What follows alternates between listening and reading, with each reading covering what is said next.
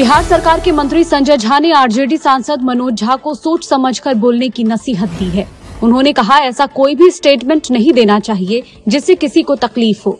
संजय ने लालू नीतीश मुलाकात को महागठबंधन के लिए पॉजिटिव साइन बताया है। वैशाली में एक लड़की ने प्रेमी के साथ मिलकर पति की हत्या करवा दी। विवाहिता के बॉयफ्रेंड ने गुरुवार सुबह पंकज के सिर में 5 गोलियां मारी थी, जिससे उसकी मौके पर ही मौत हो गई। पुलिस ने मामले का खुलासा करते हुए पत्नी रूबी समेत 5 आरोपियों को गिरफ्तार कर लिया है। जेडीयू अध्यक्ष के आदेश को सीएम नीतीश के नजदीकी मंत्री अशोक चौधरी ने ठेंगा दिखा दिया। दरअसल ललन सिंह ने उन्हें बरबीघा विधानसभा की राजनीति से दूर रहने की बात कही थी, लेकिन अशोक चौधरी आज फिर बरबीघा पहुंच गए। बिहार में अब अलग राजपूताना राज्य की मांग उठने लगी है। बिहार कांग्रेस के पूर्व प्रदेश सचिव सिद्धार्थ ने इसको लेकर पटना में होर्डिंग और पोस्टर लगवाए हैं। आरजेडी सांसद मनोज झा की फोटो लगाकर उस पर काली स्याही डाली गई है। बेगूसराय पुलिस ने सिपाही भर्ती परीक्षा में ब्लूटूथ के जरिए नकल करवाने की तैयारी कर रहे गिरोह का खुलासा किया है। मास्टरमाइंड समेत कुल 5 लोगों को गिरफ्तार किया गया है। 33 वॉकी टॉकी, 16 ब्लूटूथ समेत 2 लाख रुपए कैश भी बरामद किए गए हैं। 136 कैंडिडेट के प्रवेश पत्र भी मिले हैं। सीएम नीतीश को पीएम कैंडिडेट बनाए जाने की मांग पर चुनावी रणनीतिकार पीके ने तंज कसा है। उन्होंने कहा, मुख्यमंत्री की हालत अंधों में काना राजा जैसी हो गई है। बिहार सबसे गरीब और फिसड्डी राज्य है, लेकिन नीतीश कुमार ऐसे बात करते हैं जैसे उन्होंने इसे अमेरिका बना दिया है। कैमूर में बस और ट्रक की टक्कर में 16 लोग गंभीर रूप से जख्मी हो गए हैं। 8 की हालत नाजुक बनी हुई है। हादसे के वक्त बस में सवार ज्यादातर यात्री गहरी नींद में सो रहे थे। ये दुर्घटना कुदरा थाना क्षेत्र में स्थित पक्षागंज के पास हुई। बेतिया में अवैध संबंध छिपाने के लिए एक मां ने नाबालिग बेटी की हत्या कर दी। प्रेमी के साथ मिलकर उसने इस वारदात को अंजाम दिया। हत्या के बाद शव जलाने की भी कोशिश की। मामले का खुलासा होने के बाद से ही दोनों आरोपी फरार हैं। ये वीडियो बगहा का है। युवक ट्रेन और प्लेटफॉर्म के बीच में फंसा नजर आ रहा है। ऊपर से पूरी ट्रेन गुजर जाती है। गनीमत ये रही कि उसकी जान बच गई। बताया जा रहा है कि प्रतीक कुमार खाने का सामान लेने सत्याग्रह एक्सप्रेस से उतरा था। इसी दौरान ट्रेन खुल गई। उसने भागकर पकड़ने की कोशिश की, पैर फिसल गया और वो नीचे गिर गया। मौसम विभाग ने 10 जिलों में बारिश का अलर्ट जारी किया है। पिछले 24 घंटे के दौरान मानसून की गतिविधि कमजोर रही।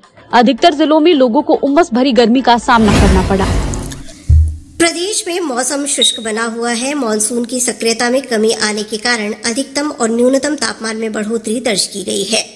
मौसम विभाग के अनुसार अगले 24 घंटे के दौरान राज्य के अधिकतर हिस्सों में अधिकतम तापमान में 2 से 3 डिग्री सेल्सियस बढ़ोतरी की संभावना है। मौसम विज्ञान केंद्र पटना के वैज्ञानिक कुमार गौरव ने बताया कि अगले 48 घंटों के दौरान राज्य में बारिश की संभावनाएं बन रही हैं। अगले 48 घंटों के बाद राज्य में वर्षा की गतिविधि में वृद्धि होने का पूर्वानुमान है। वहीं अगले 24 घंटों के दौरान राज्य के दक्षिणी भाग के 1 या 2 स्थानों में हल्की से मध्यम स्तर की वर्षा होने का, जबकि राज्य के शेष भाग आमतौर से शुष्क बने रहने का पूर्वानुमान है। मुख्यमंत्री नीतीश कुमार ने आज बिहार शरीफ के फतेहली गांव में इथेनॉल उत्पादन प्लांट का उद्घाटन किया। प्रबंध निदेशक रुहेला रंजन ने बताया कि प्लांट में लगभग 150 मीट्रिक टन मकई और चावल से 60,000 लीटर एथेनॉल का प्रतिदिन उत्पादन होगा। उन्होंने बताया कि इस एथेनॉल को देश की विभिन्न तेल कंपनियां खरीदेंगी। प्लांट के उद्घाटन से 1000 से अधिक लोगों को रोजगार मिलेगा। मकई और चावल की खरीद भी सीधे स्थानीय किसानों से की जाएगी, जिससे बड़ी संख्या में स्थानीय किसान लाभान्वित होंगे। आकाशवाणी पटना के तत्वाधान में 14 सितंबर से शुरू हिंदी पखवाड़ा समापन समारोह का आज आयोजन किया गया। इस मौके पर उप महानिदेशक वेद प्रकाश ने पखवाड़ा के दौरान विभिन्न प्रतियोगिताओं में सफल प्रतिभागियों को पुरस्कृत किया। कार्यालय के अधिकारियों और कर्मचारियों ने सरकारी कामों के निष्पादन में अधिक से अधिक हिंदी के प्रयोग पर जोर दिया। पूर्व मध्य रेल के क्षेत्राधिकार से गुजरने वाली 18 ट्रेनों के आगमन और प्रस्थान का समय 1 अक्टूबर से बदल जाएगा। दानापुर साहेबगंज एक्सप्रेस दानापुर से सुबह 4:50 की जगह अब 5:25 पर खुलेगी। जयनगर हावड़ा एक्सप्रेस जयनगर से अब शाम 7:47 की जगह 6:35 पर खुलेगी। रेलवे की ओर से जारी नई समय सारणी में पटना रांची और पटना हावड़ा वंदे भारत ट्रेन को भी शामिल किया गया है। ग्रामीण कार्य विभाग ने शिवहर जिले में लगभग 7 करोड़ रुपए की लागत से 2 आरसीसी पुलों के निर्माण की स्वीकृति प्रदान की है। सिवान जिले के हुसैनगंज थाना क्षेत्र के सरिया गांव के पास एक अनियंत्रित वाहन की चपेट में आने से मोटरसाइकिल सवार 3 लोगों की घटनास्थल पर ही मौत हो गई। इधर बांका सदर प्रखंड के बांका कटोरिया मुख्य पथ पर सड़क दुर्घटना में मोटरसाइकिल सवार एक युवक की मौत हो गई। ग्रामीण विकास मंत्री श्रवण कुमार ने नालंदा जिले के राजगीर में पहले ऑनलाइन सीएनजी स्टेशन का उद्घाटन किया। पूर्णिया पुलिस ने लूटपाट करने वाले अंतर राज्य गैंग के 14 सदस्यों को हथियार के साथ गिरफ्तार किया है। बक्सर नगर थाना क्षेत्र की पुलिस ने वीर कुंवर सिंह चौक पर जांच के दौरान एक ट्रक से 50 लाख रुपए मूल्य से अधिक की शराब के साथ 2 तस्करों को गिरफ्तार किया है। शराब को ट्रक के अंदर सेब की पेटियों के बीच छिपाकर रखा गया था। प्रधानमंत्री नरेंद्र मोदी कल नई दिल्ली में देश के आकांक्षी प्रखंडों के लिए संकल्प सप्ताह कार्यक्रम की शुरुआत करेंगे। कार्यक्रम में देश भर के पंचायत तथा प्रखंड स्तर के लगभग 3000 प्रतिनिधि हिस्सा लेंगे। इसके अलावा प्रखंड और पंचायत स्तर के कार्यकर्ताओं, किसानों और अन्य वर्गों सहित लगभग 2 लाख लोग कार्यक्रम में वर्चुअल माध्यम से शामिल होंगे। प्रधानमंत्री ने प्रखंड स्तर पर शासन में सुधार और नागरिकों के जीवन स्तर को बढ़ाने के लिए इस राष्ट्रव्यापी कार्यक्रम की शुरुआत इस वर्ष 7 जनवरी से की थी। ये कार्यक्रम 329 जिलों के 500 आकांक्षी प्रखंडों में लागू किया जा रहा है।